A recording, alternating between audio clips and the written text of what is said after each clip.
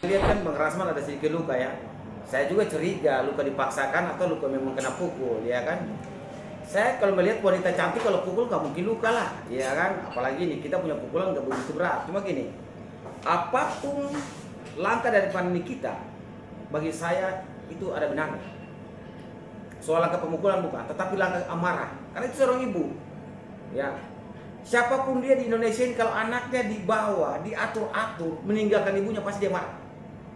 Ya, apakah Niki bisa nggak melaporkan? Contoh anak di bawah umur ya contoh ya, bisa nggak dipidanakan itu orang yang bawa anak dia? Ini resiko terhadap perbuatan melanggar hukum yang dilakukan oleh setiap orang yang berusaha menjauhkan anak daripada ibunya. Gitu. Kenapa harus berjalan dengan anak orang? Ya, ini yang perlu saya sampaikan bahwa persoalan pemukulan itu kalau saya di posisi Nikita, saya pemukul 1 kali. Saya tambah 2 kali lagi jadi 3 kali, gitu aja. Artinya Abang setuju dengan tindakan dari FN sendiri, Bang? Jadi gini, itu respect seorang ibu. Ya, respect seorang ibu karena sakit hati kalau anaknya ya dilindungi dan dijauhkan dari seorang ibu gitu. Siapapun ibu di seluruh Indonesia kalau dia biarkan anaknya ya dijadikan benturan dengan ibunya pasti dia marah dan kita pasti dia marah ya kan. Jadi urusan keluarga jangan kita terlalu campur jauh gitu aja saya itu. Ini kan Bang, kemarin kan gini Bang, Loli itu kabur itu karena memang dia sudah tidak betah ya Bang, tidak betah karena disatukan dengan ODGJ, kayak pasien HIV gitu kan, terus sama juga open BO gitu. Itu dia makanya dia udah nggak betah di rumah aman itu dan itu sudah berlangsung selama 5 bulan ya, 5 bulan dia di sana gitu Bang. Artinya dia pergi ke rumah ke kantornya Rasman dan Rasman mengantarkan dia untuk lebih aman ke Polres gitu. Tahan dulu bang. Jadi gini. Dibawain aja bang. Dibawa aja bang. Oke, bisa Jadi lanjut gini. bang. Kalau soal persoalan seperti itu, ya itu bagian daripada cara-cara hukum ya kan. Itu mungkin hak si anak itu, ya kan, untuk meminta pendampingan hukum. Tetapi kita juga harus lihat bagaimana tidak menyakiti hati seorang ibu. Gitu. Jangan terlalu berlarut-larut dengan situasi yang mana seorang ibu yang lagi bersuara untuk anaknya. Jadi gini, sejak lahirnya Undang-Undang Perlindungan Anak, kan anak Indonesia banyak yang nakal. Banyak anak-anak di sekolah melawan gurunya, anak-anak melawan orang tuanya. Karena anak mau bebas, tetapi pada saat anak mau bebas tetapi offside daripada didikan, keluar daripada cara didikan, maka hal-hal ini bisa saja terjadi. Jadi saya rasa bahwa Bang Rasman kalau membawa ke kantor polisi juga harus tahu, jangan sampai mengabaikan ibunya. Ya, ibunya itu juga manusia tuh. Perlulah Bang Rasman menggunakan cara-cara pendekatan pendekatan kekeluargaan sebelum ambil langkah hukum dan seperti itu aja. Tapi melihat yang seperti ini akhirnya Nikita Mirzani juga dilaporkan atas kasus penganiayaan. Case-nya berbeda. Jadi gini, berbeda ya. Kalau memang kasus penganiayaan tadi kemarin kan saya udah lihat wanita seperti Nikita Mirzani itu kan perempuan, manusia seperti raksasa ya, seperti raksasa kayak gitu.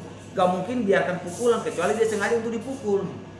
Iya kan? Saya curiga itu. Rasman sengaja dipukul supaya luka gitu. Jadi Bang Rasman janganlah acting lah. Pukulan itu bisa Anda tangkis gitu. Nggak usah Anda biarkan pukulan masuk. Atau saya curiga minta buat pihak kepolisian buka CCTV supaya rekonstruksi pemukulan itu. Saya curiga juga di situ. Jadi seperti itu saya bagikan. Bang, tapi abang sendiri menanggapi polemik antara Niki dan anaknya ini kan bisa dibilang kan cukup panas, bahkan menyeret beberapa nama, salah satunya mantan sahabatnya juga ikut terseret dalam polemik ini. Gimana nih abang? Jadi polemik anak dan orang tua saya tidak mau bawa ya. Saya hanya melihat dari pandangan hukum. Sebagai praktisi hukum saya menyampaikan pesan-pesan moral supaya kita para pengacara itu kalau dalam hal pendampingan hukum kita lihat risiko hukum. Saya mau kasih tahu, kasus anak itu kasus pengadilan terbuka atau tertutup? Kan pengadilan tertutup. Sebelum melangkah ke pengadilan tertutup, arahkan anak ke mana? Pekerja sosial, kemudian lembaga-lembaga perlindungan anak. Itu begitu, Bu. Jangan apa-apa langsung ke polisi. Ya, ada lembaga perlindungan anak perempuan, langkah-langkah itu jalan dulu lah mekanisme itu. Kalau memang langkah itu sudah jalan, lalu kita dalam ini sebagai seorang ibu dipanggil, bisa ada dua sisi dilihat, ya kan? Sisi pertama anak, sisi kedua ibu. Jangan ambil satu sisi aja. Jadi saya rasa bahwa langkah yang tepat adalah menggunakan pihak lain ya. Kalau konflik antara anak dan orang tua melibatkan pihak lain, saya tidak bisa berkomentar panjang. Tetapi apapun itu, ada lembaga perlindungan anak, ada ya lembaga kesehatan sosial dan lain. Ya itu harus dilibatkan, jangan ke polisi itu aja. Bang Nyoman gimana Bang? Ya, menarik ya. Ini kan semacam film bersambung ya. Ya, ada dua aspek yang saya mau paparkan di sini. Yang pertama, anak Loli ya, masih di bawah umur.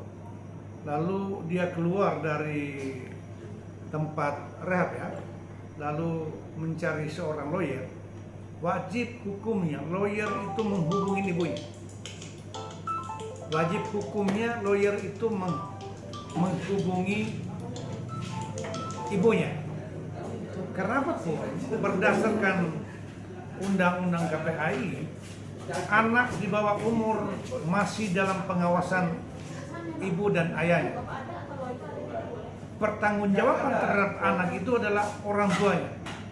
Maka ketika seorang rasman atas nama seorang lawyer lalu membawa anak itu ke tempat lain dan tidak menghubungi orang tuanya, maka itu adalah tindak yang sangat keliru.